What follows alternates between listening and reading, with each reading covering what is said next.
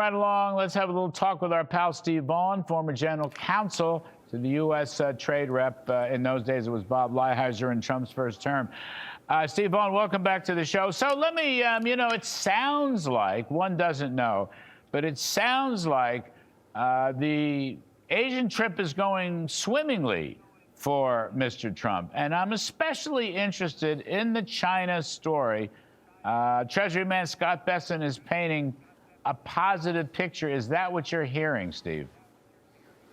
Yes, that's what I'm hearing. I mean, first of all, let's give the president credit. They signed a series of deals yesterday with some other countries in Southeast Asia that I think really show that he's making progress in that part of the world and shows that he's got a lot of cards to play in the negotiations. Second of all, it sounds like they're making real progress on some of the issues with China. Hopefully, China is going to realize it's not in their interest to cut us off on the rare earths. That would be a mistake on their part, in my opinion. It would simply drive the Americans to eventually change their supply chains.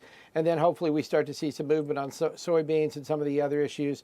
And I think there's a real opportunity for the president to come away with a situation where he solves some of these immediate problems and yet keeps a lot of the leverage he already has in the negotiations. I want to come back to China in a second, but just on these other countries, Malaysia, Cambodia, Vietnam, Thailand. These are actually important manufacturing, emerging manufacturing companies. The issue came up, I was reading, transshipments. In other words, China cannot use those countries to hide their own cheap subsidized exports, and they're agreeing to police or regulate that. This is tricky business. Transshipment, Steve. Can you give us a few seconds on that? It's a huge issue. As you know, Larry, one of the problems that China's got is because of those government subsidized programs they have, they've got excess capacity in that country. They need to export.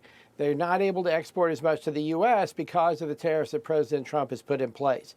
So what they're doing basically is they're trying to cheat. They're trying to ship through other countries, trying to take goods that are made in China, transship through another country, pretending that it's not come from China. What you're seeing with these new deals is these other countries are now stepping up to the plate and saying, we're not going to be a party to that. We're not going to let China, transship its way out of these problems.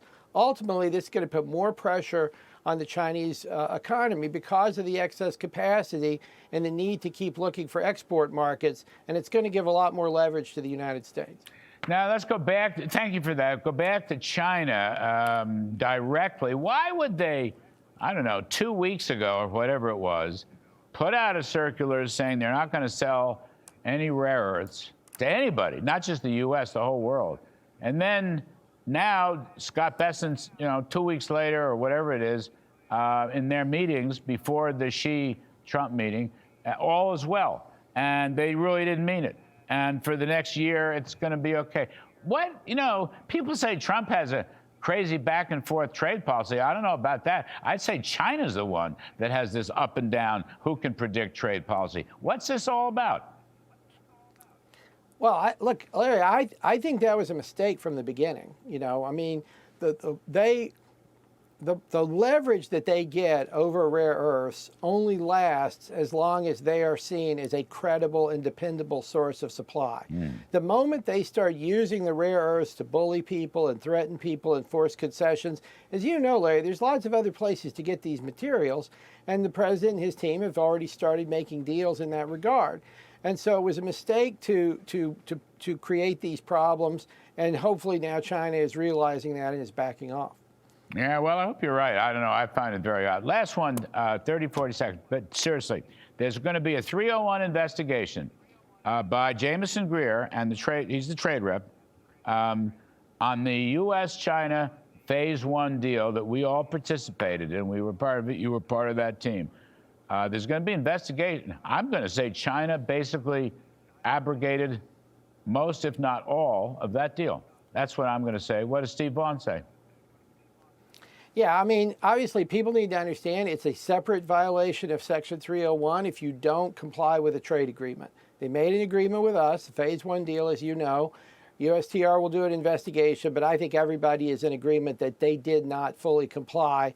And that's going to be another piece of leverage that the president has, because that will give him more opportunities to hit China going forward if he decides he needs to. That's what I think. I mean, you know what?